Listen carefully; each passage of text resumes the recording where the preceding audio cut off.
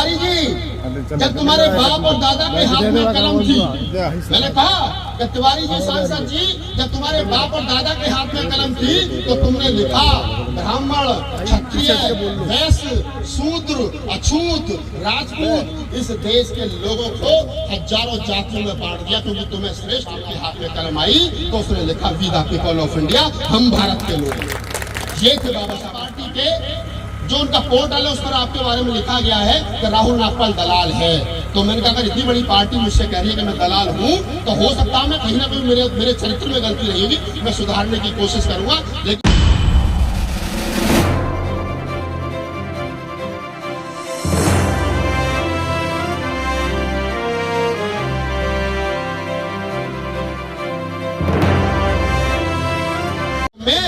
ईमानदारी से कहता हूँ, जब पूरे देश में घूम करके घर जाता हूँ, आईने के सामने खड़े होकर के इतना कहता हूँ कि 100 साल के बाद, 20 साल के बाद, 30 साल के बाद, 50 साल के बाद जब मैं नहीं रहूंगा दुनिया में, और जो आज मैं बोल रहा हूँ और ये वीडियो रिकॉर्ड हो रहा है, ये यूट्यूब पर जाएगा, ये डिजिटल हिस्ट्री बन रही है, और 100 साल के बाद जब इसको वीडियो को देखेगा तो इतना जरूर कहेगा कि जब मिशन मूवमेंट बर्बाद हो रहा था तो एक राहुल नागपाल था जो चीख करके कह रहा था मूवमेंट बर्बाद हो रहा है और इस बर्बादी के लिए हमारे नेता जिम्मेदार हैं, और मैं गाली खा रहा था, तो तब कहेंगे नहीं यार वो लड़का ठीक कह रहा है। मेरी बात आज समझ में नहीं आएगी, मेरी बात आज समझ में नहीं आएगी, हो सकता है थोड़े दिन के बाद समझ में आए। मैं किसी पार्टी का प्रवक्ता नहीं हूँ, मैं तमाम पार्टी के नेताओं से मिलता हूँ, तमाम पार्टी के बड़े नेता मेरे संपर्क में मुझे फोन करते हैं। अभी हाल ही में एक किताब का प्रमोशन हुआ, मोदी जी ने एक किताब लिखी मोदी एंड अम्बेडकर, उसका इन्विटेशन मेरे पास आया, राष्ट्रपति जी ने उस किताब को विमोचन किया, तो मेरे पास में इन्विटेशन आया। मैंने कहा यार मैं बीजेपी के कार्यक्रम में नहीं जाऊंगा।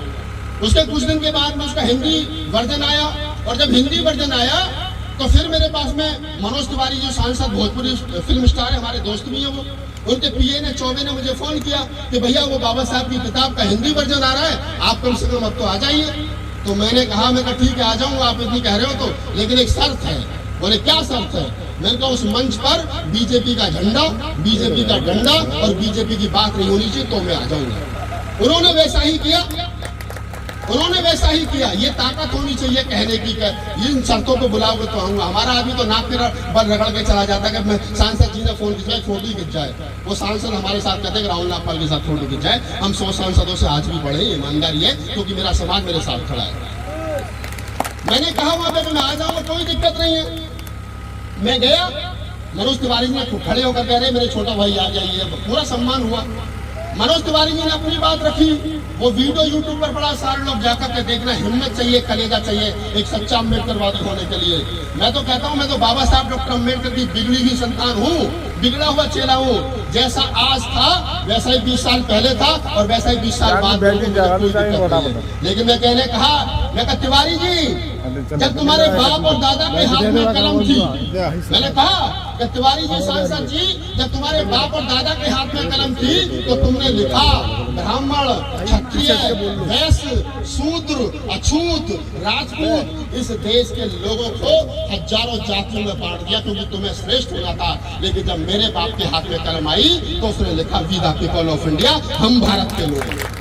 ये थे बाबा साहब डॉक्टर अम्बेडकर। मैंने अपनी बात कही, उसके बाद में वो वीडियो, वो फोटो हमारे ट्विटर अकाउंट पर गए तो हमारे समाज के लोगों ने मुझे 2 लाख गालियां दी। वीडियो नहीं देखा, गालियां दी गए। राहुल नागपाल तो क्या बीजेपी के सांसद के साथ बैठा था। अरे भाई इसमें कौन सी बात हो गई? हमारे लोग इतने मतलब बिल्कुल है, लठ लेके बैठे, राहुल नागपाल जहां मिल जा पेल दो। अरे भाई मिल जाऊंगा, कोई दिक्कत नहीं है, मैं तो यही समाज में रहता हूँ, लेकिन पहले बता तो दो। और आज मैंने देखा, मेरे ऑफिस से मुझे हमारे आकाश ने बताया, लड़के ने, बोले भैया बहुजन समाज पार्टी के जो उनका पोर्टल है उस पर आपके बारे में लिखा गया है कि राहुल नागपाल दलाल है। तो मैंने कहा अगर इतनी बड़ी पार्टी मुझसे कह रही है कि मैं दलाल हूँ तो हो सकता है मैं कहीं ना कहीं मेरे चरित्र में गलती रही होगी, मैं सुधारने की कोशिश करूंगा। लेकिन सच्चाई यही है कि हम जब तक जिंदा हैं बाबा साहब डॉक्टर अम्बेडकर के मूवमेंट को बचाने की लड़ाई लड़ते रहेंगे।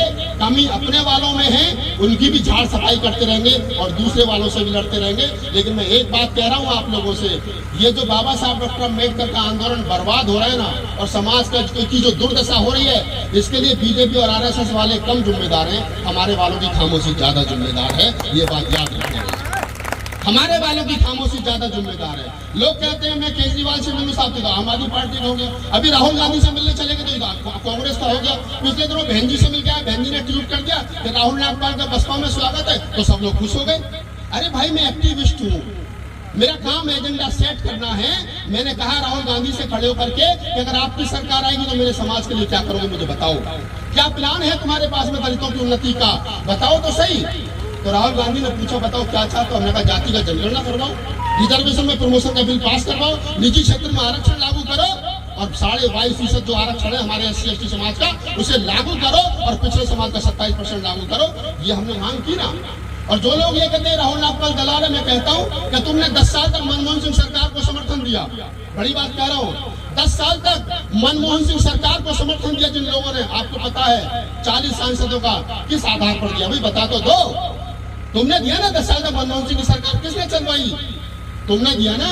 तो बदले में क्या लिया, रिजर्वेशन में प्रमोशन का बिल पास करवा लेते, निजी क्षेत्र में आरक्षण ले आते, जाति का जनगणना करवा लेते।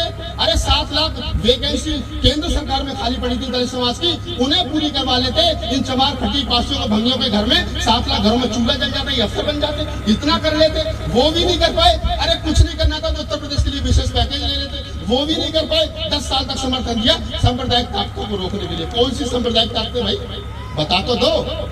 तुम समझते हो कि तुम्हारी बातों को कोई नहीं समझता है, तो भाई मैं समझता हूँ, और जो नहीं समझते उन्हें समझाऊंगा गड़बड़ कहाँ हो रही है।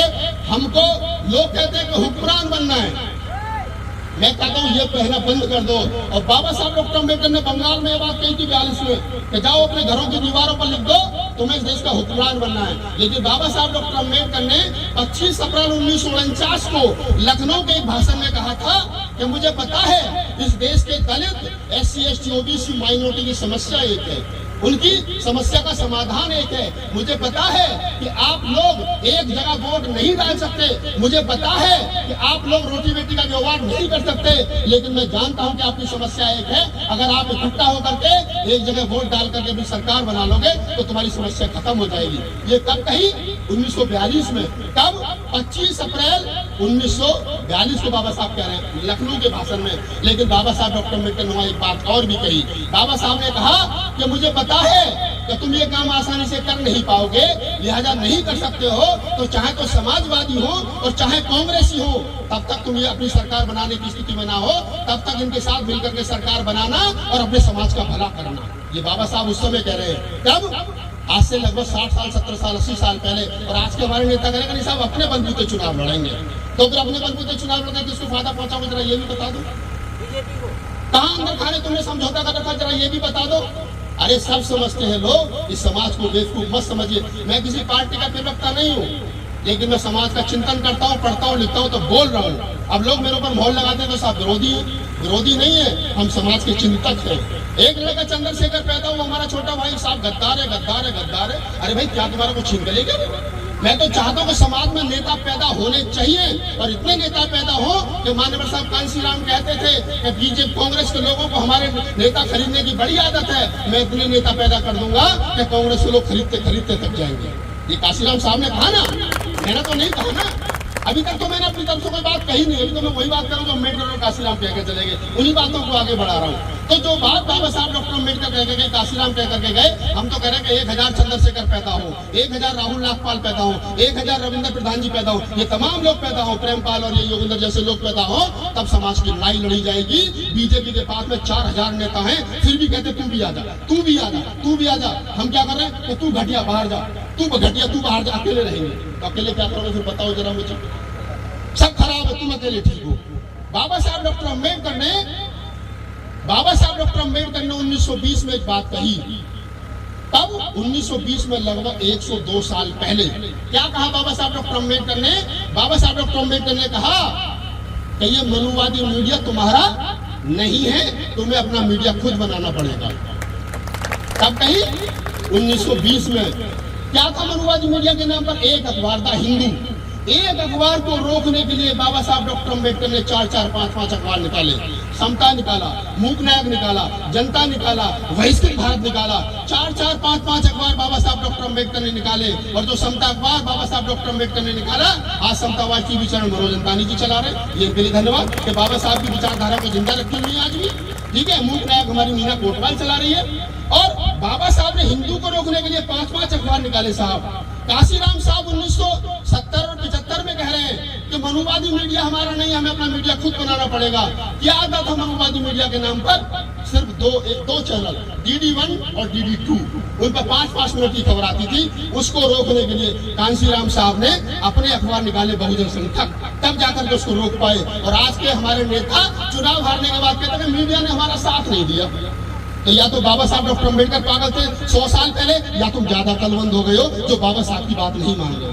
अरे वो मीडिया जिससे तुम उम्मीद कर रहे हो वो तुम्हारे लिए बना ही नहीं है। वो जिनके लिए बना उनके लिए काम कर रहा है, और जो मीडिया तुम्हारे लिए बना उससे तुम बात करते नहीं हो। ये यूट्यूबर बेचारे जितने घूम रहे हैं, चाहे शंभू है, चाहे राहुल है, चाहे मनोज अंतानी जी, चाहे मीना है, चाहे और हमारे साथी हैं, किसको बुला करके कहते हैं जाओ तुम काम करो, हम तुम्हारे लिए हेल्प करें? कोई नहीं करता भाई साहब। तो ये हम बाबा साहब डॉक्टर अम्बेडकर से ज्यादा पढ़े लिखे हो गए।